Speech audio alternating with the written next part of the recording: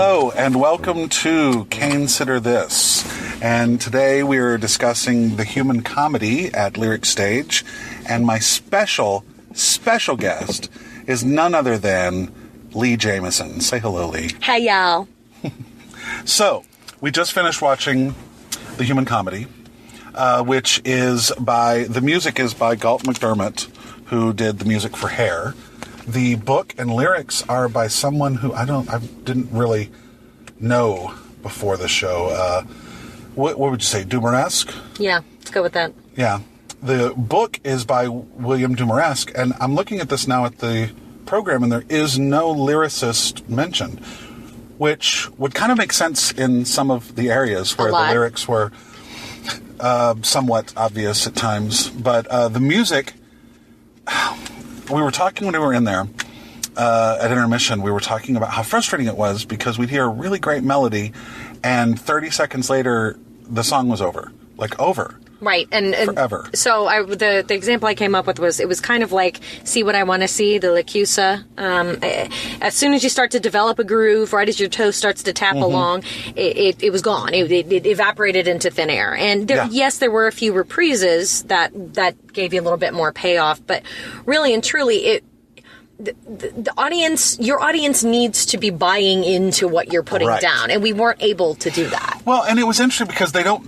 It's sung through. There's not a dialogue scene in the entire show. So they were trying to go for sort of an opera or operetta style, and it's a very different musical. It's not a traditional musical, but we're so trained to have that 3 minutes or those 4 minutes with a character. Right. It affected caring for the characters. I'll tell you what, it was almost like everything was recitative. Yeah. It was almost like that. It's just... And then sometimes there'd be a moment of just beauty. Right. And then you're off to something else. And there was a different character on stage singing. And it was strange. I mean, I think I enjoyed it more than you did because I just love the music so much. And I enjoyed getting to hear these melodies that I knew from the CD. I had the CD for years, but it's not a cast recording that you can listen to because everything is so fragmented. You're never going to, just turn on track 17 and that'll be your jam. Track 17 might last 14 seconds. And I know that because I did listen to it before I came and saw this. Did you ever see on In Living Color when those two guys would review the movies and one of them go, hated it? Yes. That's kind of how I felt. And the thing is, the music that I was looking forward to hearing, like the song Beautiful Music, like the song between Katie and the memory of her husband. Right. These were things I was really excited to hear. And unfortunately, the sound was kind of muddied.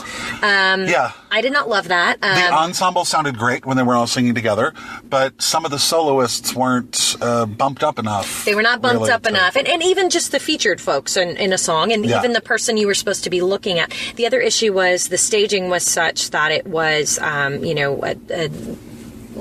don't even know what to call that.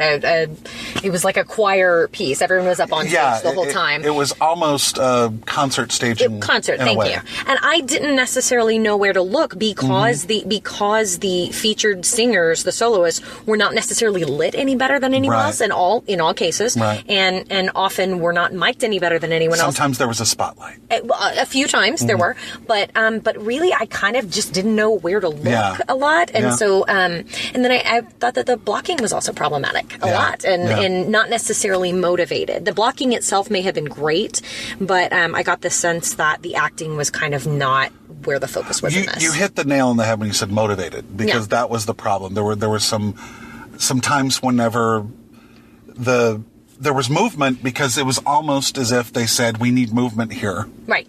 Instead of this character is motivated to move to this place on the stage, because there was no need for things like that. Well, and I'll also say, then that kind of hit the nail on the head for me too, where there were times that the music would be saying, oh my God, we need movement, and nothing was moving on the stage. Yeah. So you would get a very vigorous violin moment or something like that, and it's just sitting there blank stares. That made me want to cut people. So, going back to...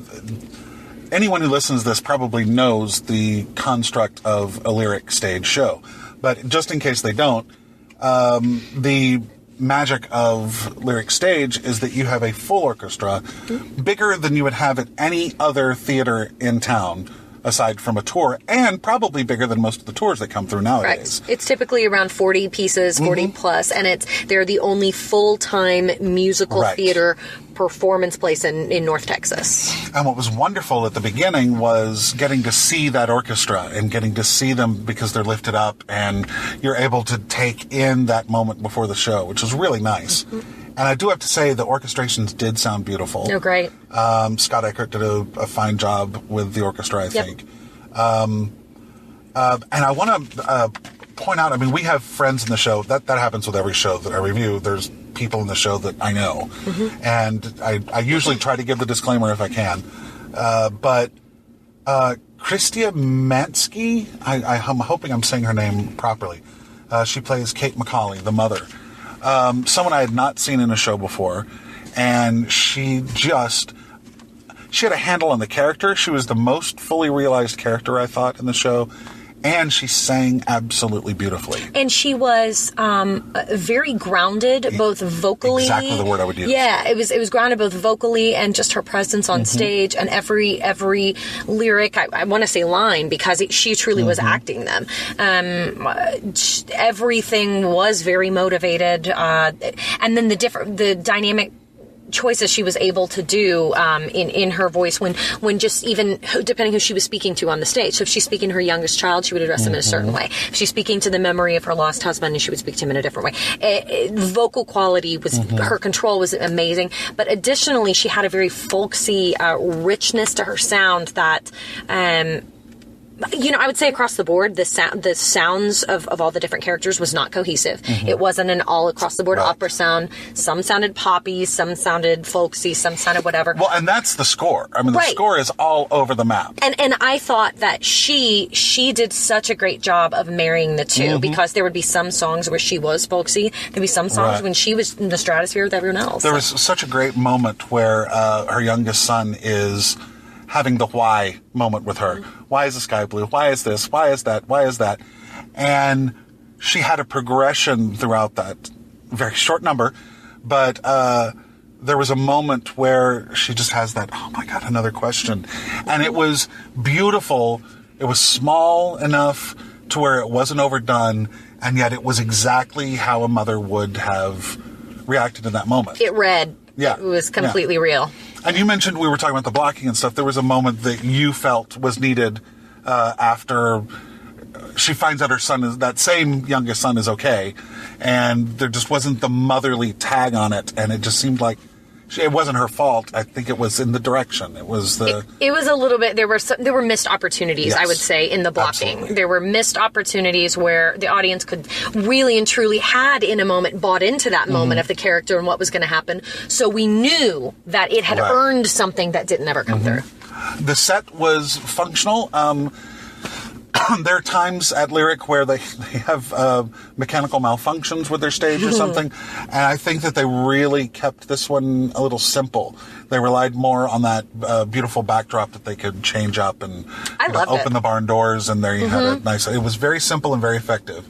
Although there was a time when all those empty chairs were on stage and everybody was off stage, and there was one soldier downstage with a letter, and I kept wanting him to launch into "Is anybody there?" from 1776, because there were all these empty chairs on stage that just really looked like the 1776 set. But it was very effective.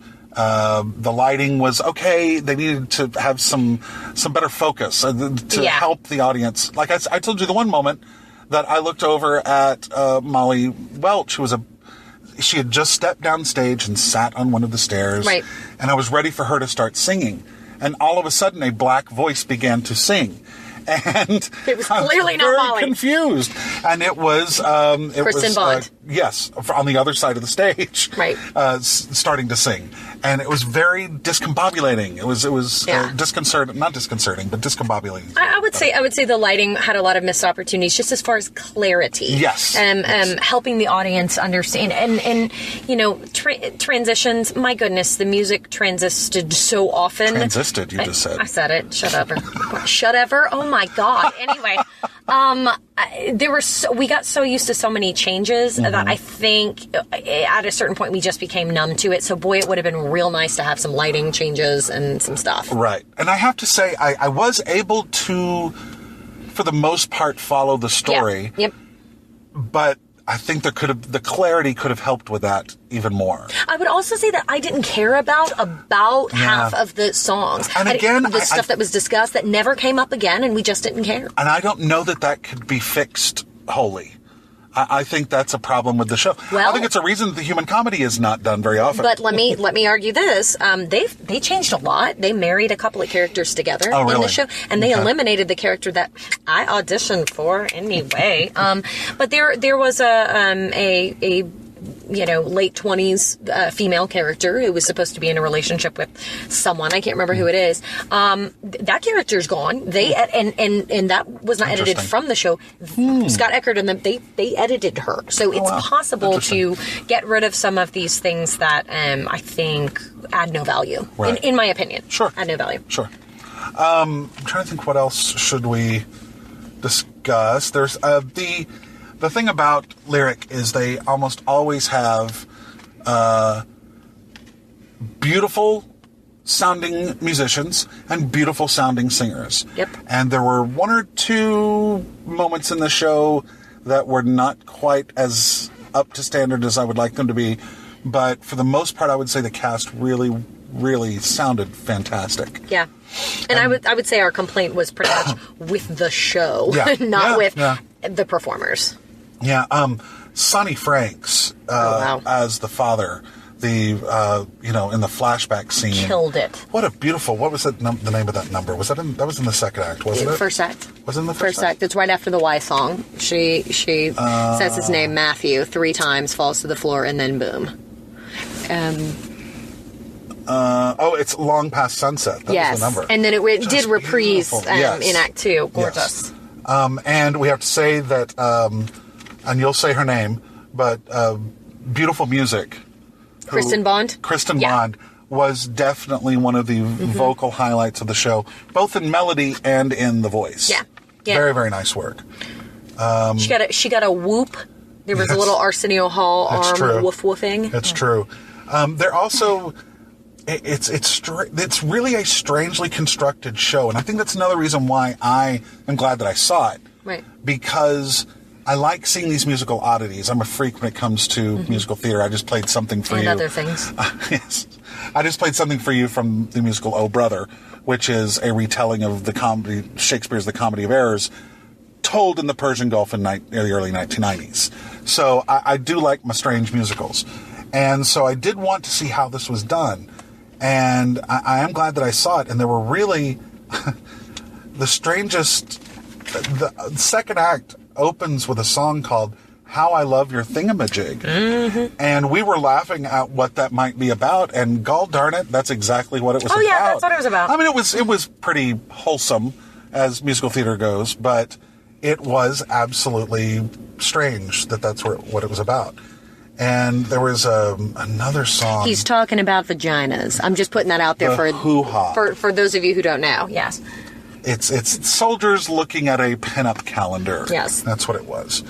And a strange framing device that I feel like I have to have missed it. That it must have made sense to someone else, but it didn't to me, was that really catchy Hiya Kid with the black man waving at the white kid from the train. And it frames the show, and it just didn't seem to have anything to do with the war plot of the show. The only thing I can think about is, everyone comes home eventually, and also things just keep going on. So he doesn't at this point know that his brother's dead, but life just kept going on. And that's the only way to ruin the plot, by the way. Yeah. Oh, really? Real? Spoiler alert. Whatever. Anyway. So, this is based on a novel by William Saroyan, and I did some research and found out that he wrote a screenplay of the human comedy that he took to a studio back in the day, as they say, in the parlance of our times. Yes. And the studio just had no idea what to do with it. Right. Because it's such a sprawling story with so many characters and they couldn't really put their finger on it, so they kind of passed. So he made it into a novel. And then for some reason in the early 80s, I think people were desperate to try to get the people from Hair to do other shows. And so, unfortunately, Galt McDermott did not do much more after Hair. He did a show actually called Dude. And it played on Broadway for about 5 minutes. And it supposedly has the strangest, weirdest plot. I can't even remember what it was. Really? Weirder than this? Really? Yes, weirder than this. Absolutely. But it's just a shame that this guy who wrote this beautiful music, Easy to Be Hard, and The Flesh Failures, and Let the Sun Shine In. Right. And there's some stuff in this that approach the goodness of Hair. Yeah. Unfortunately, they're a third of the length, if not shorter, of the songs from Hair. Yeah, I mean, and those, honestly, even though the audience here at Lyric is typically looking for something more classic, those were the moments that actually resonated with them. They were, I mean, they were seriously looking around. I really did look around. There were parts where the audience looked really pissed off. They really did at what was happening, and they were not appreciative. And really, they're half of a third to 2/3 of the audience was empty. Yeah. And that has to do with no one knows this show, right? So people don't get excited about it. But it had nothing to do with the quality of performances here. I want to reiterate, these performances were fantastic. It's just no one knew what to make of this. It's strange. Lyric has actually done this show before, 10 years ago. Which is also strange. Right. That of all shows, this is a remount. They would remount it. Yeah. And they're also remounting Titanic this season. Yes. So this is kind of the season of that. Anyway, just to wrap up my thoughts here, I've seen a lot of shows in my time. I grew up going to the opera. I grew up singing in the Dallas Opera. I love me some opera. Did not love this. Everything felt like recitative. I never got the payoff. I guess I really didn't feel like there was payoff. And therefore, because the music seemed very surface, I felt that the characters were very surface, despite the performances. Right. So, nary a shit was given by me. Well, I don't know what Lee's talking about. This is one of the best shows I've ever seen. I'm floored that she would say such a horrible thing, especially as someone who likes to act in the Dallas-Fort Worth theater community. Thank you. I'm shocked that you would say such a thing. Jason says that he hates all DFW theaters and never wants to work here again. He said that. Sorry about it. And I have to say, the show runs through this Sunday. It does close Sunday afternoon, so you have tomorrow night and Sunday afternoon to see it. And I will give you a recommendation to see it simply because it is unlike anything else you're going to see. I agree with that.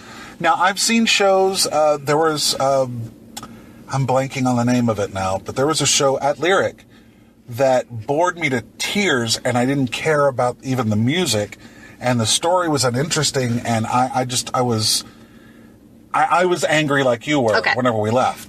This one did not do that to me because I enjoyed the music and the performances. The performances were so good. That is very true. I agree with that. But it's strange, and if you want to have a completeness in your theatrical experience, you're going to want to see a show like Fly By Night, or you're going to want to see a 1776, or even a Mame or a Titanic.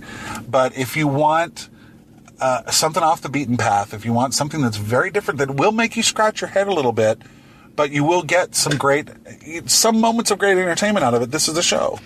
And you have 2 more chances to see it, and we're going to stop talking about it before we make ourselves feel any dirtier. Can I also say this, though? That's true. I would probably see it again.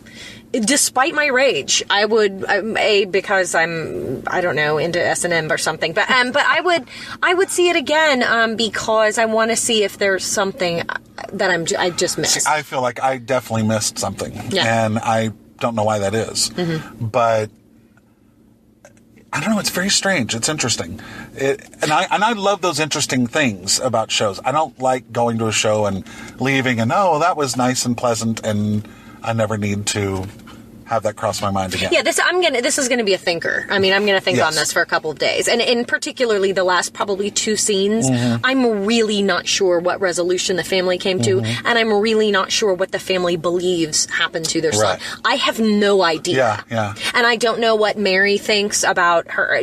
She sings a song about our love will go on and on forever. I don't know if at that point she realizes what has happened or not. I think you're thinking of Titanic and My Heart Will Go On. I'm not. And that actually isn't from the musical. So if people are going to see Titanic the musical, I hope they don't. Kill yourself. All right. Okay. Thank you very much for listening to this nonsense. And once again, we're talking about the human comedy at Lyric Stage through this Sunday, March 30th, which just happens to be the birthday Of someone. of 4 people in the Dallas theater community. Who's the most important? There you go. Myself, Dalen Walton, He's okay. Susanna Fox, who I was in Assassins with, and the 4th person, I don't know who it is. I will put up on the screen because I've forgotten who it is and it's late. Terrible. So I'm going to blame the lateness of the hour. Terrible. So this is KaneSidderThis. Thank you. Bye-bye.